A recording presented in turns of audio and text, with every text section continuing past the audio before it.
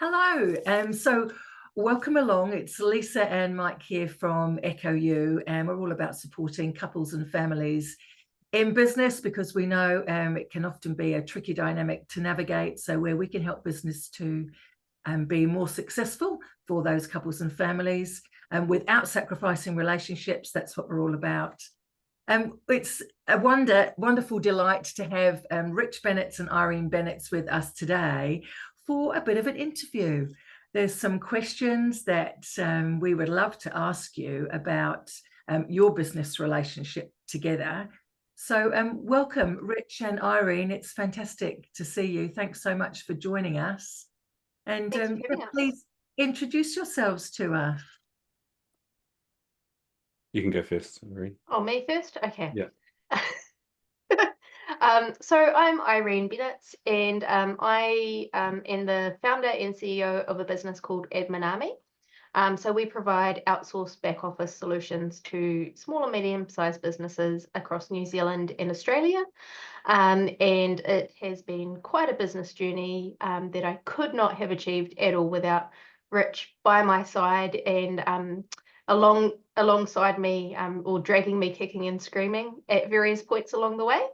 So yeah, really happy to be here and share some of our stories and experiences and what has worked for us along the way. Cool. And hi, I'm Rich Bennetts. So what Irene didn't say there in her little introduction was that she fired me from Admin Army and got rid of me from Admin Army.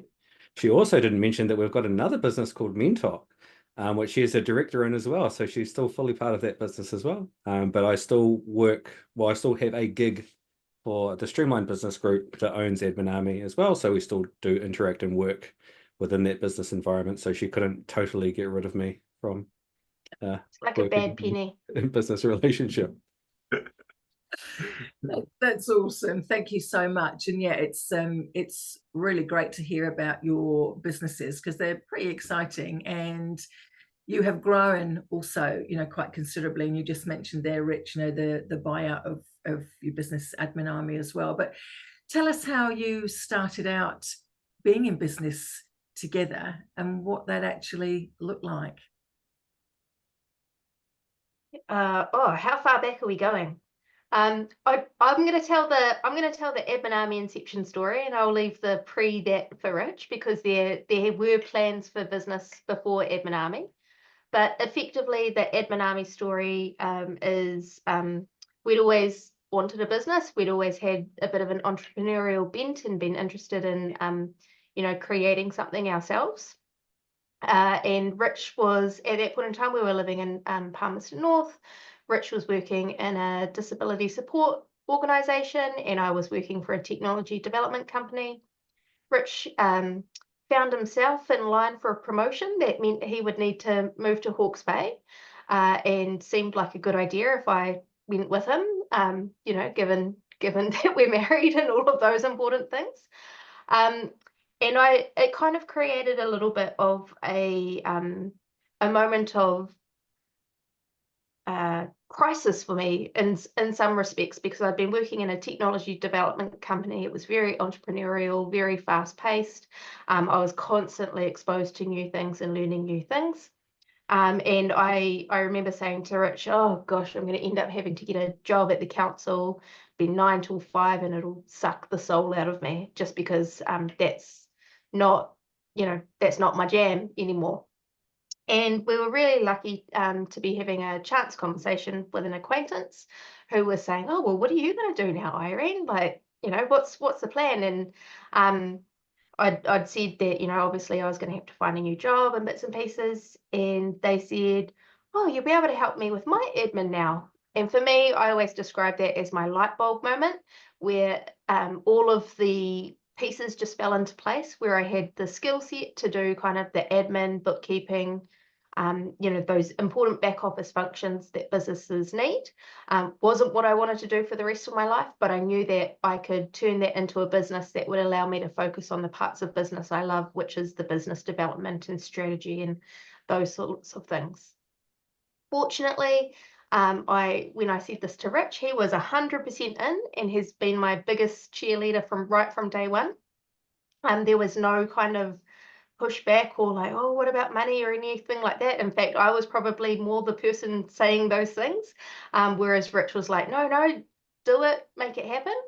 And the rest is kind of history in terms of, where to from there. But yeah, there was certainly a catalyst that led to kind of revisiting where I got, where I was heading in life, and the opportunity kind of arose out of that. And I'm a big believer in, whenever an opportunity comes along, you have to really grab it with both hands. And necessity sometimes, as we know with the old adage, really is the mother of invention. Absolutely. Awesome stuff. Thanks. And yeah, just to jump in, so we did actually, we were considering going into business together before that. So Irene and I, we've been married quite a long time, and this is going to date us and age us, but nearly 20 years now we've been married. So at the time I had hair, I was mid-20s. I was working in retail, so I was working in supermarkets. So I started off as a butcher, but I was managing a supermarket. So I'd received a scholarship. It was a foodstuffs leadership and management scholarship, but the plan was to own a supermarket. So that's the pathway that we're on, and that was kind of our plan and our goal at the time. Unfortunately, life did life stuff and got in the way, and I had some mental health issues, and off that, I had made the decision, which was not an easy time for both of us, to think that maybe I need to change my trajectory and what I was going to do in life, and was more of a focus on helping people as opposed to, well, I suppose you could still reframe it and say that would have been helping people in a supermarket, but it felt different at the time. So yeah, so I ended up doing some different job opportunities. Oh, amazing. And yet it's amazing how life can just take a turn like that, hey? And the next minute you are just you're being carried along, and there's some kind of new momentum that's forming. But yeah, tell us more. Yeah. Well, Rich, how did Meetup come about? So I guess before Rich launches into where did Meetup come from, and the joy that is, obviously in the journey with Admin Army, as you have a growing business and you are bringing staff in, and you're trying to grow the business and create capacity to continue to grow, because actually in my experience, capacity is one of the biggest challenges that people actually have to be able to leverage growth and tap into it. And I'd hired our first ever full-time staff member. Rich and I had done the hiring process. We'd, done all of the testing in the world that we could do. We'd hired someone. And within 2 weeks, unfortunately, that person left our employment. Just wasn't working on both sides, and that's a fact of life, and that happens. And the reality was, for me at that point in time, I was like, okay, so I've solved one problem, in that someone that is not the right fit is now no longer in the business. But that doesn't actually solve the capacity issue for me in the business, and the various kind of feelings of stress and anxiety that creates. And I'll always remember that I was actually sitting here crying, processing, dealing with all the things, and Rich was talking to me, and he's like, oh, why don't I come and work for you? And I remember, or with you, sorry. And I always remember I laughed at him, and just because I was like, you're a butcher, like you're a butcher, you're into psychology, you're not a bookkeeper, mate, like that's not your jam. And he kind of left it with me for a couple of days, and as you do, kind of mulling it over in the back of your head. And what I realized, I had kind of this realization that actually there was not going to be anybody else who would be as committed to the business as I was, that as Rich. And I knew that we worked at that point in time, we'd been married over 10 years. So I knew that we had a good partnership, that we worked well together, that, we're really happy to play on each other's strengths depending on what's going on. And so that he would have no issue taking instruction or pointers from me, but equally that, if I wanted someone who's going to be pulling 10, 12-hour days with me, he was my guy. And so despite that initial kind of reaction of like, what are you talking about? That's a crazy idea. Actually, going through that and processing it meant that that was the right outcome. And it turned out that the timing for that was ideal, because it created the capacity that I needed to continue the momentum of the business. But it also meant that when opportunity came along for us in terms of Streamline Business Group getting in touch about potentially having Admin Army join the group, that Rich and I were able to be fully in that process together along the way as well. And they were always very clear that I could bring anyone in the team with me, or that there was a role for both myself and Rich. But Rich likes to say I fired him. I think we both collectively decided that it was not his role to be a bookkeeper for the rest of his life, and not necessarily where his passion lied. But he also had a couple of cool, exciting opportunities available to him outside of that he wanted to, take the opportunity to pursue. And so at that point, when Admin Army joined the group, Rich kind of was heading off in his own direction to do some other things. And with that, Rich, I'll hand back to you. Yeah, so at that time, I had a couple of opportunities. So firstly, I just finished my master's in psychology. So I did have provisional entry to do my DClin, so to be a doctor of clinical psychology. So it was an interesting time then as well, because it was kind of decided that I didn't actually want to practice psychology. The study of psychology was really good for me in my personal journey, in understanding that I could learn and that learning was interesting to me. So that was what it was kind of about. But also I had an opportunity, a job offer back in the disability sector. So I went back to that at the time and explored that. It didn't quite pan out as anticipated. And then after that, it's kind of like, what do I do now? Which led to the creation of Mentalk. So in Mentalk, we do organizational development, which is kind of a broad umbrella. So I would do stuff with individuals, organizations, teams, whatever. So in my mind, it's very much a helping function. So it just depends on the type of help that an organization or a person would need. So that's what I do now. And this business has been going now for nearly 5 years. So we must be doing something okay. But it's cool as well, because it means that I get to learn every day. And that's what I love to do. So. And you, of course, still, as you mentioned before, Rich, that you still cross over, your work still crosses over in that space of the inception of Admin Army and how that has grown. So tell us more about that and the roles and responsibilities there, and how you still find yourself connected in that space. Yeah, for sure. So the Streamline Business Group has a number of different entities in some different countries. So the role that I play for Streamline Business Group is the Group Director of People and Performance. So kind of all things people and all things performance, which is really cool as well. So I get to work with some really cool folks from some different countries like Fiji, India, Australia, obviously New Zealand. Which is cool. So it's kind of, there's different challenges in that as well. And it's learning different things in different jurisdictions, which is quite fun as well. But ultimately it's connecting with people. So I get to do that. Admin Army is a big part of that. So Admin Army would have the biggest team within the group. So I still get to do quite a lot with Irene and the Admin Army team. So a lot of stuff, especially around learning development, which is cool, because she knows how to do things the right way now, because I've taught her that. So now we can move on to some different stuff. Yeah, but I think one of the key things around just how, like, the what Rich does for the group and how that dovetails into what happens in Admin Army is, as much as myself, Rich has been responsible for or had an impact in building Admin Army's team culture. And our team culture is actually something that I'm incredibly proud of. I think it's really special, and I know everyone probably thinks their team culture is really special, and they probably all are, but it is. I think like Admin Army for me, and the culture that Rich and I have been able to cultivate from day one, has had a big focus on our experiences in other organizations where the cultures let us down. So, Rich alluded to his to when he had his mental health issues earlier in the conversation. And one of my big challenges during that time was that I was allowed to work from home for a couple of weeks, and the organization I was working for was very, very supportive.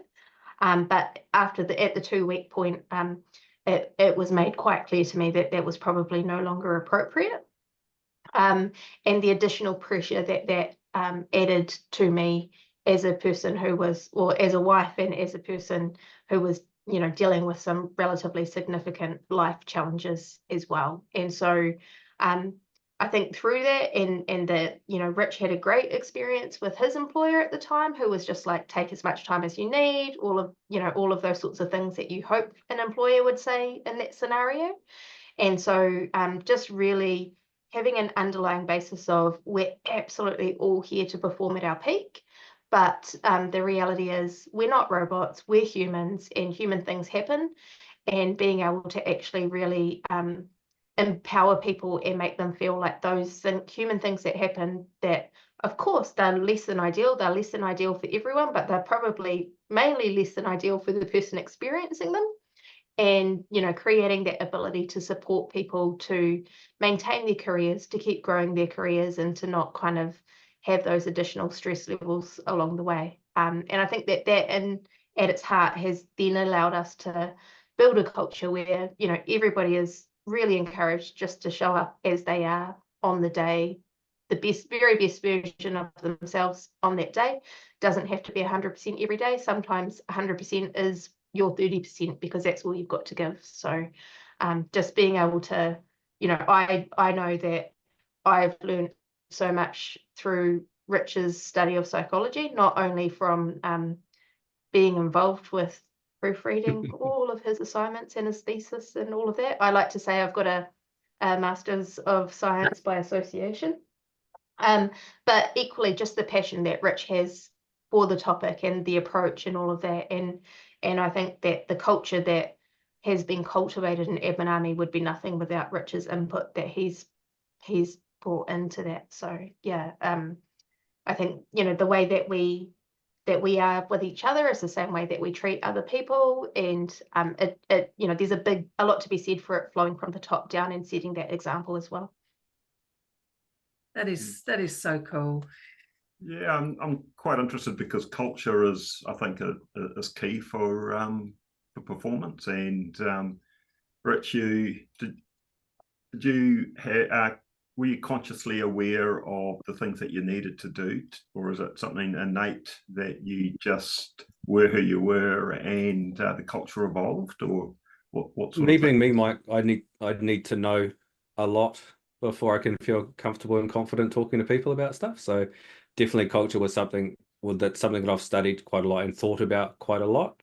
And it was, and more than anything, I think it was being intentional. So we wanted to be really intentional about the environment we were trying to create, an environment that people could thrive in. So it was that intentionality that's kind of the catalyst for that.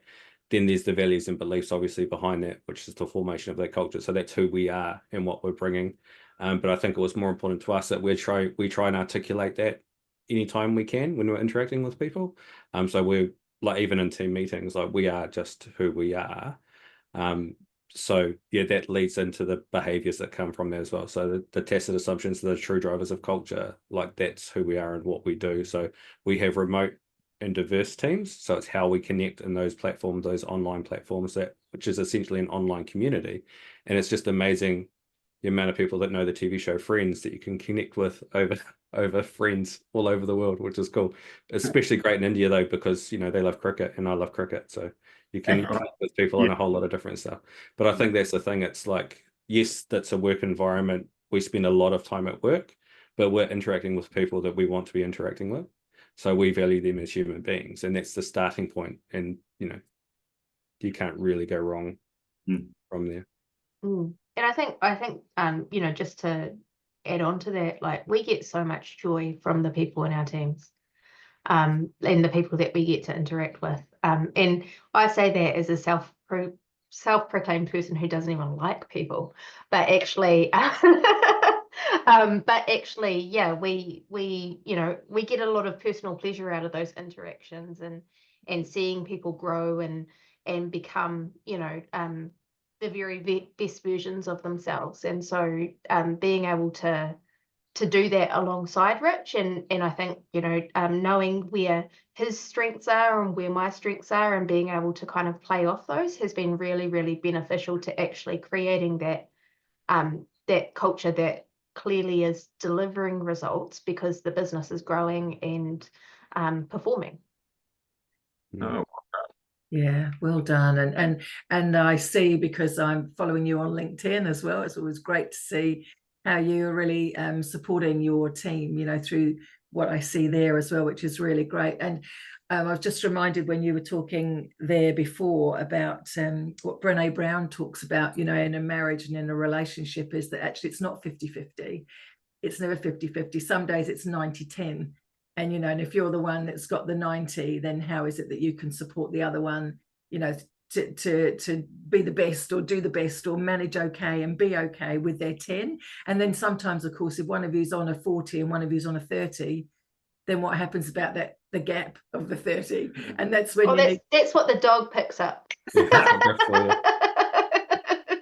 right. Yeah, but definitely I agree, Lisa. Like I would if I reflect back on the journey that Rich and I have had, like both in our marriage and in the professional business sense, it's absolutely been a case of ebb and flow, and where one of us is up, the other one may be down, and then it kind of evens out for a while, and then it might go the other way, and really just being open to that and not feeling like it's all one way all the time. We both acknowledge that we're not always at our best, and there are various things that get in the way. But just through the simple act of acknowledging that, I think that creates a lot of ability for the other person to not end up feeling resentful or anything like that, because you know that it's not intentional. It's just whatever that person's dealing with at that point in time. That's right. And if we really believe we want to see someone's humanity before anything else, in our business and within our teams, we have to do that, don't we, within our own relationship together? Definitely. We really do. That's the congruency that we need to bring. And actually that just makes us think about, those challenges. And so, how have you overcome challenges in your sort of business and professional space, that obviously blends with your personal life and your marriage as well? So how do you kind of manage those challenges when they arise? Because they do, right? You just allude to that. Things aren't always what we hope them to be, but yeah. Oh, really? I thought it was always sunshine and lollipops. Oh. And maybe there's a significant challenge that might come to mind. I don't know. And only please bring whatever you feel comfortable to in this. But if there's a particular challenge, or that would be really good to understand, and how you've overcome that, because that would be really helpful for others to hear. I think it's kind of like a framing, and if you think of shared history, so probably our experiences in personal life have meant that experiences in business are not quite as bad, or not quite as hard. So I think that what we've tended to do is pretty much we're aligned, pretty much. We tend to kind of think and bounce off each other quite a bit anyway. So a lot of it is co-created. So there's kind of like ownership either side, which is cool. The times that we might engage in conflict, constructive conflict, it's kind of like you wear different hats anyway. So you might have a business hat on, and I might have a perspective that I would bring because that's part of my role. So I would need to say, hey, this is the thing that I'm thinking here, and this is why it could be problematic. I think we've both always been pretty good at taking the other perspective. There are times where we don't, because we might be ebbing. We both might be ebbing, and there might be that we could sulk on either side, which is not unusual. But no. So it might not be Don't give away all our secrets. It might not be a loud conflict, but it might be just not talking to each other for a while. Then the other person's making a literal cup of tea and offer the other person a cup of tea. And then they'll say, "Oh, you're talking to me now." And then that we can re-engage in conversation at that point, because it's kind of moved on. I think that, so alluding to personal experiences, one of the things that historically I haven't been so good at doing is expressing my emotions. I used to repress a lot. So going through different therapies, Irene was part of that all the way through as well. And there was different tools that we'd picked up through there. And some was simple things, just like worry sessions. So like I'm just telling her what I'm worrying about. And so that kind of started a process of dialogue or conversation that we've kind of continued anyway. So it becomes a lot easier if you kind of understand where the person's coming from or what they're thinking, rather than being stuck in your own head, Yeah, and I think just to reiterate that, I'd say that apart from when we're both sulking, we're quite good communicators in terms of like there's lots of dialogue flowing between us, and so certainly the first indicator that something might be wrong is that the dialogue has dried up a little bit. But equally, using Rich's example of, he might, because of his role, he might take a particular position, and that might be not necessarily the opposite of my position, but not aligned. An example I can think of is it was, I'm going to say 2021-ish, and there was a staff member in our India team who wasn't performing. And, I'd been throwing a whole lot of time and resource and, one-on-one training and all of that at the person. But they just weren't getting there. And it was kind of, getting to the point where, okay, we need to do like performance improvement plans and take, go on that journey that at that point in time, while nothing is ever predetermined, looks like it might be heading in a particular direction. And Rich rightfully took the position of like, everybody is trainable. And so, and he wasn't wrong. And so it created tension more in the fact that I agreed with him that he wasn't wrong, but like I still had a business to run and clients to serve, and I couldn't keep getting hammered by the clients. And I remember, this is kind of an ongoing thing for us over a couple of weeks. And I remember almost every time we took the dog for a walk in the evening, it would be the topic of discussion in some way, shape, or form. And that could be a 2-minute conversation or a 20-minute conversation. And I'll always remember, like, we were walking Griff, and I had kind of this moment of understanding where I was like, oh, the challenge is time. So because I fundamentally agreed with him that everybody is trainable and everybody can, be built up to do whatever and given the opportunity to thrive. But the challenge that you have in business is time, and how quickly does that happen? And so it was really through actually having those conversations and being open about our positions that we were able to kind of get to that position where we were like, oh, we actually both agree, it's fine. It's just that there's additional factors that have to be taken into account in the business sense, because nothing's linear. And so I think, knowing now when things like that come up, and fortunately I haven't had that one again for a while, but when things come up, it's about going, okay, fundamentally we agree at a baseline, but there's parts of our perception that are different. And then it becomes a process of intentionally working together to uncover what those parts are, so that we can get the full understanding of the other person's position. And you might still disagree, but at least then you understand why they hold the position that they hold. And 9 times out of 10, you can't disagree with it. You're just like, yeah, that makes sense, but it's different for me. And that's okay too. You don't have to end up agreeing, but you have to kind of be open to appreciating the other person's perspective. Yeah. I guess one of the things that we see quite a bit with the couples in business that we are spending some time with is around alignment, and that vision. So really having that clear vision is something that will help you, of course, even when you get wobbly, when you're actually working operationally, if you've got that vision in mind. And I mean, do you use your vision and strategy for the business to kind of bring you back to understanding what's important in that moment, and how you might make decisions together, and how you might move forward from any challenges? Do you have that kind of clear in your mind? I think it's clear in our minds, but it's probably not something that we actively reference. But I think that's more because our vision and mission in business is very similar to our vision and mission as people. So it's fundamentally who we are. And so it's always there as an underpinning, decider of everything for the two of us. But I think what I would say is I'm really open to not being right all the time. That's fine too. Like, I don't have to be right. And it's about, is this hill a hill that I want to pitch my tent and die on? And sometimes it is, but often it's not. And so we can agree to disagree. It's the beauty of being humans. We don't have to be in agreement. Yeah. But I think it's like that process of discourse and dialogue, though.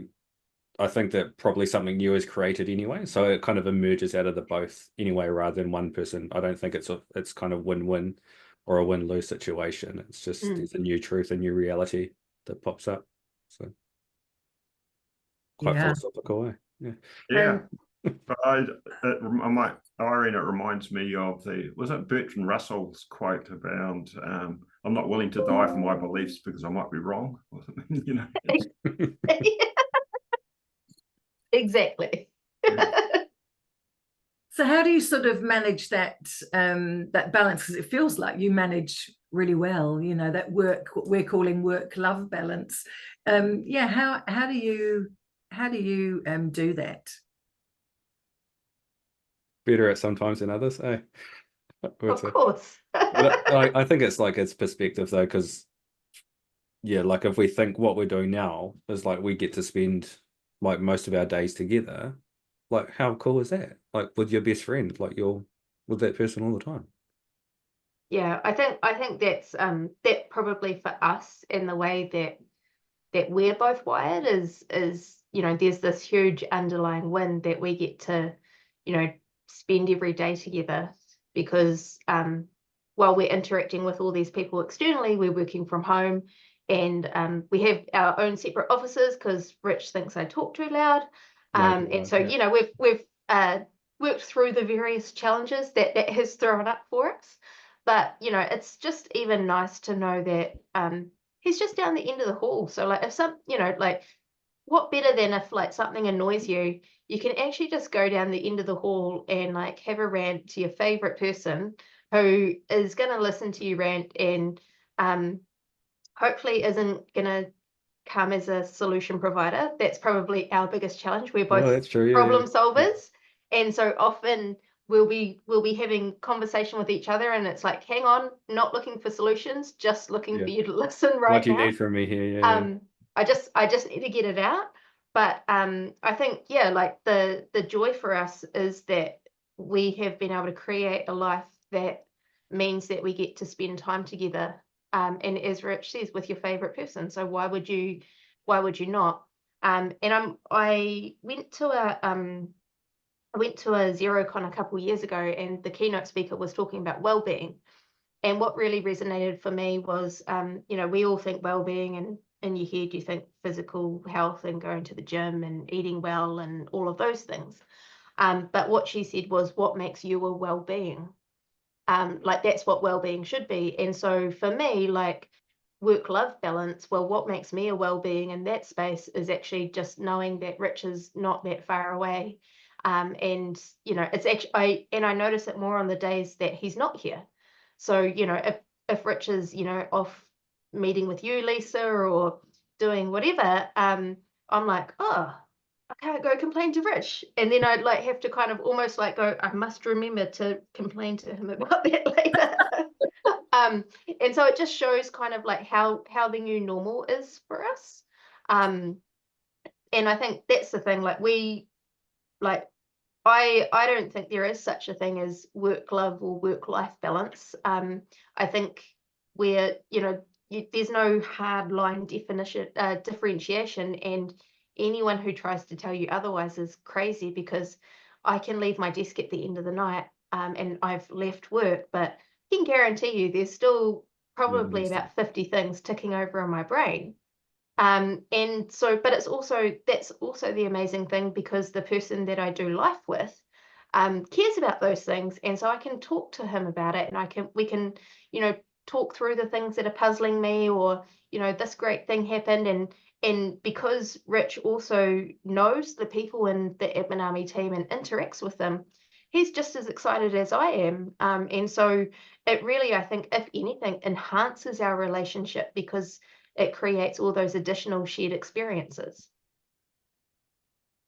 Yeah, that's really awesome, because that's what you That's what you hope for, isn't it? When you decide and choose to work together, you hope that it is going to be that you are complementary, that the work you do then and the good work you do and the goodness is amplified because of your relationship. But so often that isn't the case, and actually sometimes when people lose themselves and their ability to be able to bring their unique skill sets forward, and it's easy then to get lost, I think, in the resentment of what that might look like. And definitely we've seen that in our time. And yeah, I think you just demonstrate, though, when you do have that connected relationship and you work on how you do that and keep your respect for each other, that actually you really do get all of the benefits that you should have, and the magic that only you two have to bring forward,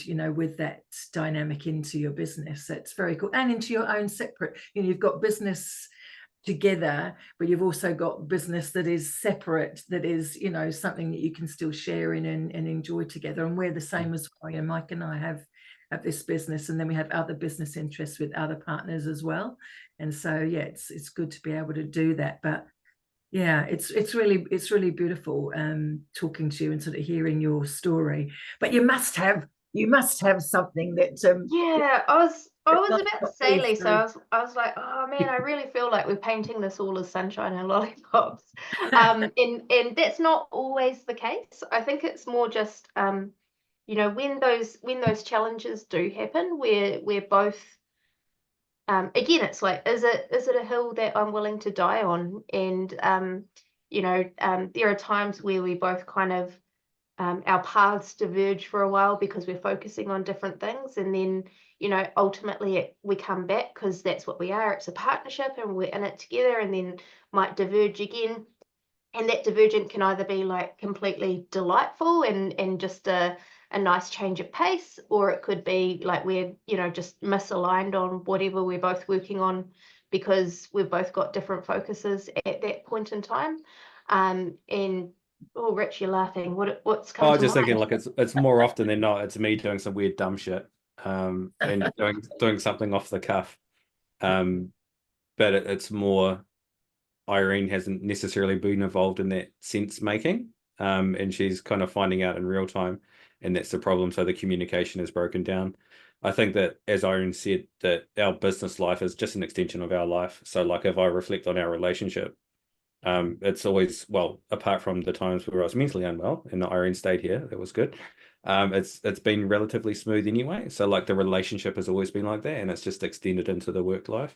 And then it's again, like we all get stuck in the transactional nature of day-to-day work, and we can get lost in that tunnel vision of that.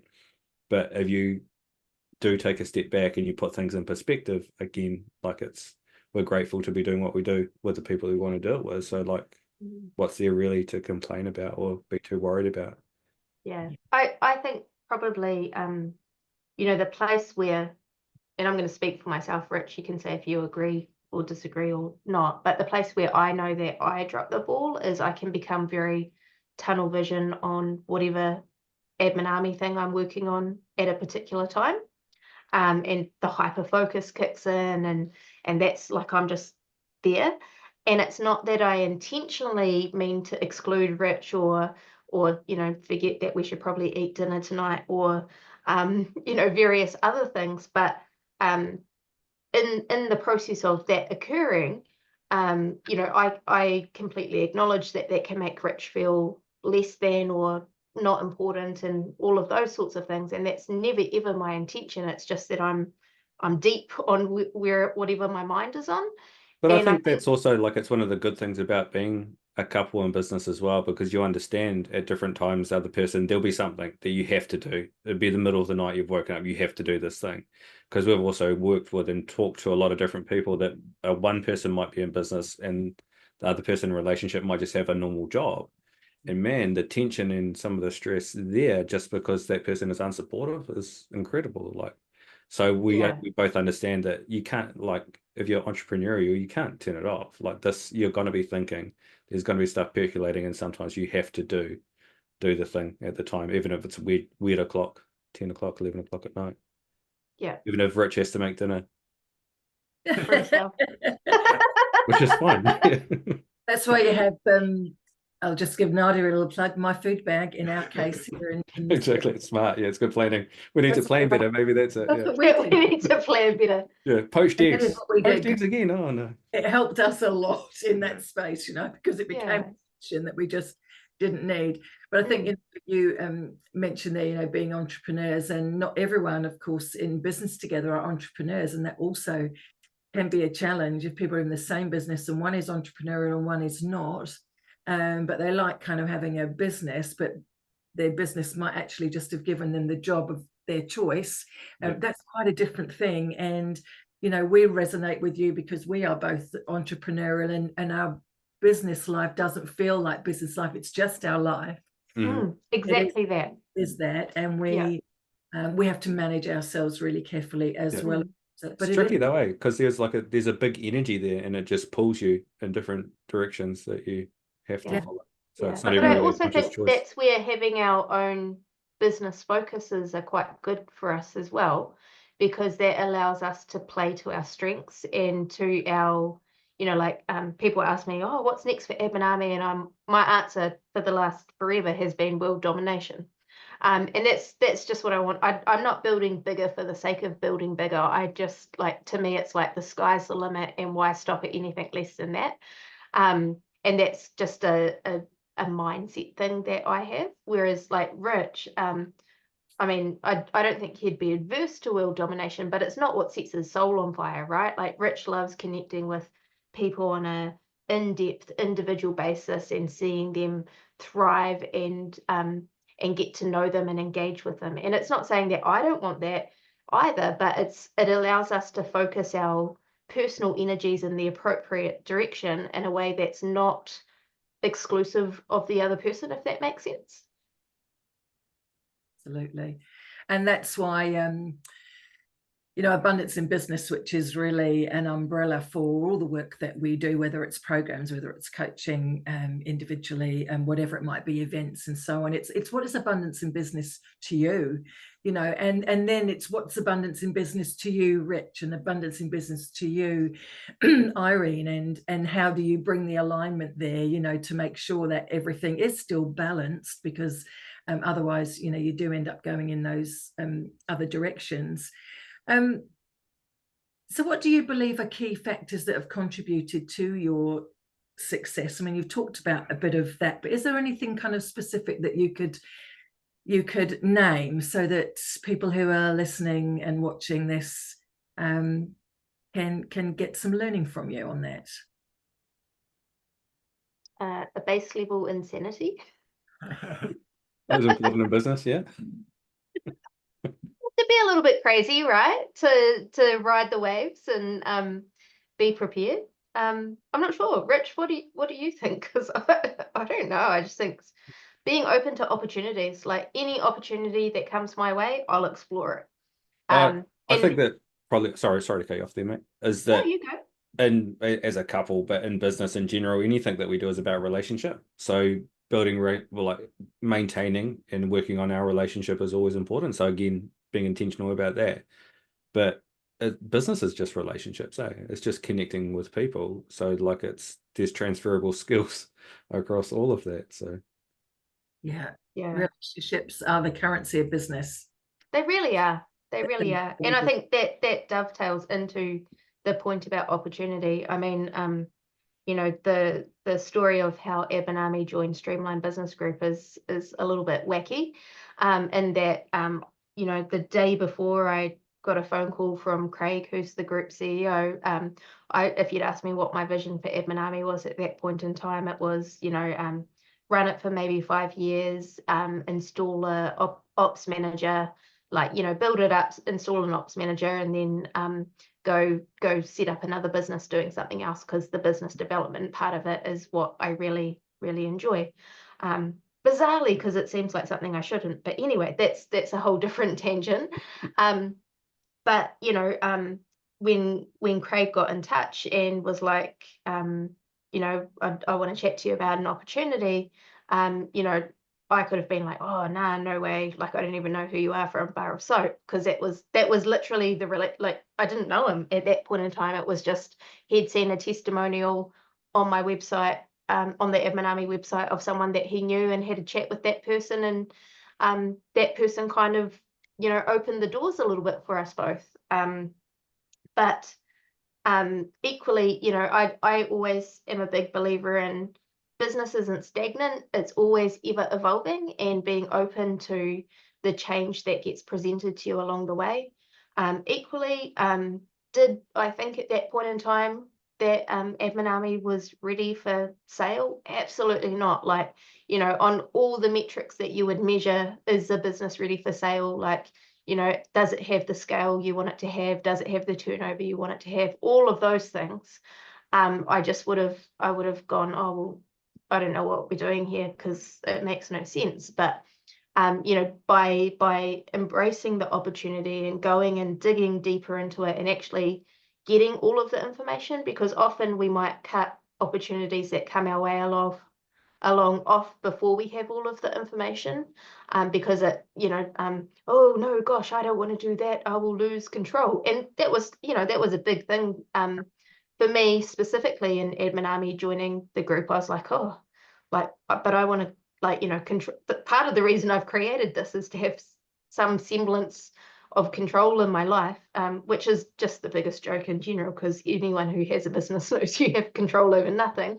Yeah. But I think I was really lucky to have Rich in the business at that point in time, because he enabled me to safely explore that opportunity.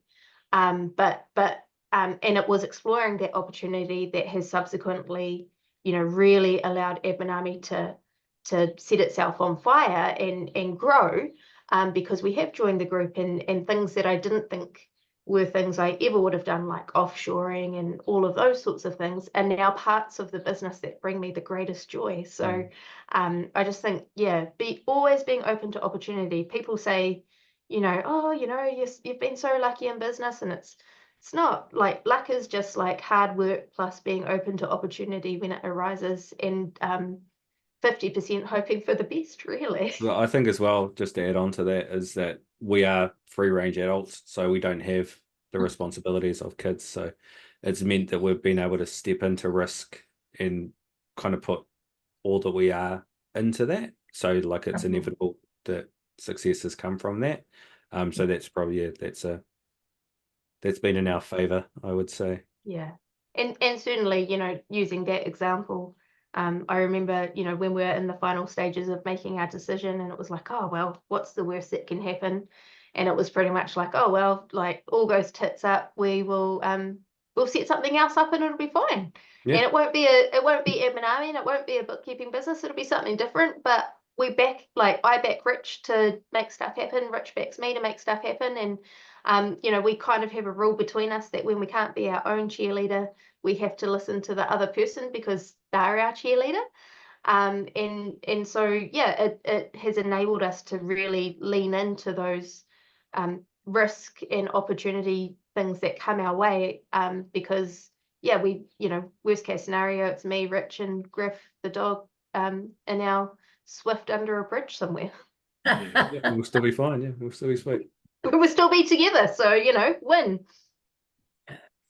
Yeah, that's amazing. In the time that you then have been together in this business venture, what do you think is the most important piece of wisdom that you have gained as you've journeyed together? I think for me personally, it's been really good to hear and to see how Irene operates a business. So especially in regards to kind of sales. So like, in my mind, coming into business, like, I would have found that very hard to do. But the way that she would frame it and the way she goes about it is just literally calls it having a yarn. So just having a yarn with a person, just building connection with the person, and what comes off that. I was like, oh wow, that's so cool, because I thought it had to be something else.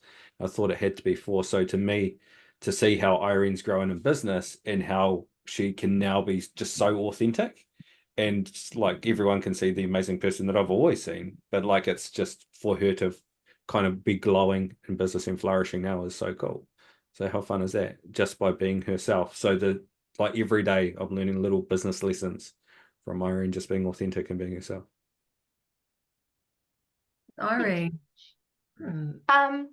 I would say just you know, it's one of those age-old lessons that I think we will all be learning for the rest of our lives, but it's like communication is everything. Communication is everything. So, you know, in my marriage with Rich, communication is everything. And the business partnership with Rich, communication is everything. In my interactions with my team, communication is everything. With clients, communication is everything. 99% of the time when something goes wrong, it's because communication's fallen off the cliff. And I think that, you know, that's communication is the absolute secret to success. And that's not just, you know, talking at people or pumping out tons and tons of information. It's actually, you know, what is good communication? You know, you've got 2 ears and 1 mouth, and making sure that you've got the ratios right, and you know, body language and things like, you know, I use a lot because I have a remote team. And so we talk a lot on Teams, which is effectively just like an online community, really. I just hang out with the team all day, every day. And it's things about, you know, what can you do in that space to show people the authentic you, because words are such a small part of communication.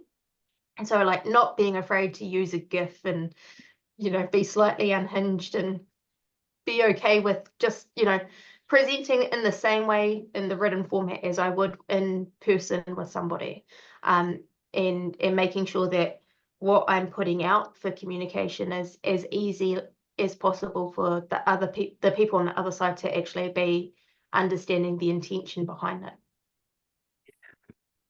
Yeah, and that's always the challenge, is that people can't see our intentions. They just see our behaviors. And so it's just, yeah, how do you help people to see and understand what the behaviors actually are? And yeah, I think you can't go far wrong if you're just your authentic self, actually. And people, I think, respond and know that. And that's okay, because then you meet each other where each other's at. If you both can be like that, or anyone in a relationship, that's where, you know, connection is found in vulnerability, and you can't be vulnerable with each other unless you're really bringing your whole self. Exactly. Yeah, and it's interesting how much fear there is around actually being the authentic version of yourself. And I would say, you know, partially probably just due to stage of life as I age, but we won't go into too much detail about that. But also, you know, as part of learning to put myself out there in business and grow and network and all of those things, which aren't necessarily things that are innately hardwired into me. Like, I'm actually very introverted, and pretty sure most people I meet these days would be like, "What? You're crazy. You're not introverted." I am like the shyest, most introverted person I know, other than Rich. But actually, the more authentic I become about who I am, and the truer version of myself that I present, the more people resonate with me. And so it's so bizarre that there's such a fear of being who you are. And I think that's one of the other benefits of being a couple in business, is that, you know, if I can't be real with Rich about who I am, then who can I be real with about who I am? And if I'm interacting with him in that business space and I'm just being myself, then everybody else gets to see that authenticity as well. Yeah, that's amazing. And Really good. And I think that one of the challenges for us as humans is people don't often know who their authentic self is. Yes. You know, we put on masks and we're conditioned so much, and we operate from that place. We don't stop and think what we do really value, and so we can't understand how we're driven, and we make decisions probably from value sets that aren't our authentic value sets, because we've never sat and thought about them, but we think that that's the way to be. And then, of course, somewhere along the line, things unravel, because you realize that the stuff that you've actually been doing is not the stuff that is the true you. Yeah, we talk about it sometimes. We call it playing life on hard difficulty. So it's, yeah, putting those different masks on, thinking you have to present in different ways to different people in different contexts. And it might just be a stage of life as well, that you just come to accept who you are a bit more, or you've been through some stuff, so you might have grown through some trauma, which is cool as well. So you're just happy in your own skin, eh? Which is, and how cool is that? Because also, well, as you know in business, that to the outside world, you want to be attracting people, but you also want to, like, there's people that won't necessarily gel with you or won't vibe with you, and that's equally okay. So, like, let's not waste each other's time. That's all good. I'll be awesome over here, you be awesome over there. It's all good. Yeah, I think just that self-acceptance, like you don't have to be everything to everyone. Like, just be yourself, and the people who need you will be attracted, and the people who don't need you will hopefully be repelled. And that's cool. It's not, it's not like you're spraying Mortine on them. You're just saying, you hang out over there and we'll hang out over here. Yeah, that's exactly right. And I think this is the challenge, isn't it, for many of us in business, is how do you really present your authenticity? Once you get past, I think courage is a big part of it. We might be authentic, and we might know that we're authentic, but how do you then have the courage to really present all of that, in a wider space, other than those that we might be in regular communication with our, the people around us, our customers, our team. How do you do that outside of that? And how do you do that in a way?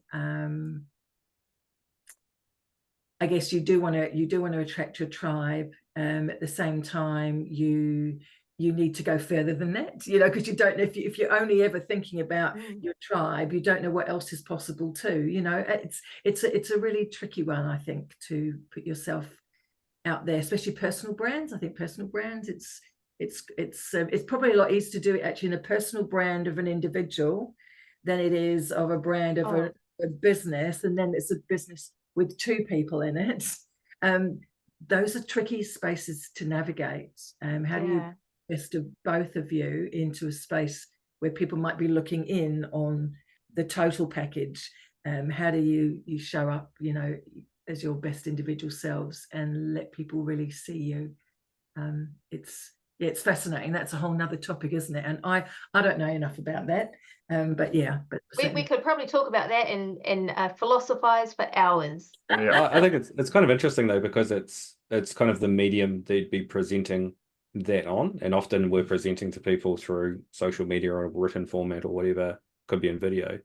But more often than not, if you're engaging with a conversation with a person, they're going to see who you actually are, because it's going to be in your mannerisms, it's going to be in the language that you use. So why not present that more and see what happens? Do we just get stuck in that fear? But I think as well, like, and this is what you're referring to, Lisa, if you're in a business with other people, then it has to be mediated somehow, because it becomes a collective voice. does. So it's how you engage in that conversation and feel safe and comfortable to share aspects. But there's probably aspects of pulling back a bit as well. Yeah. I think there's a thing that you do, Rich, that I really, really admire. And it's like you go into every conversation not from a position of knowing. So I think as business people, as experts in our field, we often are inclined to default to, I know all the things.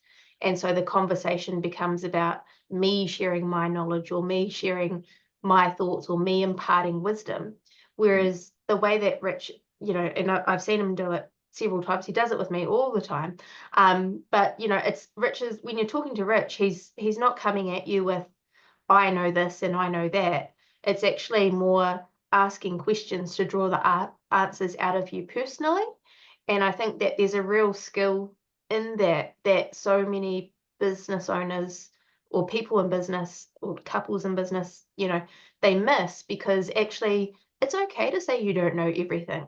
I think, one of the best lessons I have ever learned in my work life, long before I set up Admin Army, was it's okay to say, I'm actually not sure of the answer, I'll find out and come back to you. And people trust you more because you say that you don't know the answer. And so why we as humans have this obsession with knowing everything and thinking that we've got, Chat GPT plugged into our brains and we can just spool stuff off tip of our tongue is crazy. And I think that that again builds depth in relationship, because you're not just listening to make your next statement, you're listening to actually really understand the other person's point of view. Yeah, wonderful. And that's a great note to sort of begin to wind our time up together on, is really that whole leadership, that leadership piece of how can we be sort of coaches in our leadership as well, and what is it that we can learn from our personal relationship together as a couple in business that helps us to understand that actually everybody wants to have that kind of more open communication, even with you as as leaders. So what's something that you could share, just one piece of advice each that you would leave people with around some of the best, the best things about being a couple in business? Just something from you each would be really wonderful to leave our time. I just think for me it's we've talked about it already, getting to do all aspects of life with one of my favorite people, or my most favorite person. Don't hold me to that. We'll cut that, but Yeah, you are my most favorite person. But like, getting to do that and seeing that as part of the benefit of being in business together. Often, that can get lost in the day-to-day, but actually that coming at something from that position of gratitude of that I get to spend so much time and experience so much of this life that I'm living alongside Rich, that, pre having business together, we both had very different careers, and it was very, we were, there was not a huge amount of alignment in the career space. So, I think that to me is the absolute perk, but probably helps that I do enjoy spending time with Rich, and that advice would probably be terrible if you didn't like your partner. it is a different conversation. Yeah. I'd probably echo that as well with Irene, but I should add a different point in as well. I think as some of it is, well, there's two different things. There's the intentionality, so to understand that your relationship is important as well. So investing time into that, and that quality time in that. And because I think that's one thing that we haven't necessarily done so well over time. We haven't celebrated success. We've just kept moving on to the next thing, So I think it's important that you remember that you're celebrating together, that you're going through those times together, because it can get lost and you might be less years down the track and you're just moving on to the next thing. I think the other kind of the key thing is to understand that most of the time it's not 50-50. More often than not, it'll be one person taking a lead or have more of the energy, and your roles might change slightly. You might be leading at different points, but you might be supporting at other points, and that's equally fine. So whichever partner you are in that relationship is fine as well. So it just does tend to ebb and flow, and as does energy. Fantastic, because Wow. it's really all about the end game, isn't it? And if you're both on the same team and you both understand what the end game is, well, as much as we can, then that's really fantastic, isn't it? Just to keep that as the thing that drives us. Anything else from you, Mike? No, that was great positive energy and real nuggets in there. Thanks so much for sharing. Thanks, Mike. Yeah. Wow. Yeah, it's been an absolute pleasure hanging out with you, and we're so grateful for you, and we appreciate you, and we know that your sharing is really going to help and support others as well to see what's possible too when you have such great alignment that both of you have together. It's really wonderful. Thank you guys as well for being who you are and for doing what you do. So really appreciate you. So yeah, thanks for the opportunity. I think it's been a nice surprise to do something like this alongside Rich, because often, it might be Rich being the focus or me being the focus, and it's been a really nice way to actually remember and take a moment to pause that we are actually in business together, and that's something to be celebrated. Like Rich said, we don't celebrate those moments often enough. So thank you for creating a moment for us to recognize that. That's beautiful. Thank you so much, and we look forward to catching up with you again, wherever and whenever that may be. So big thanks for joining us today.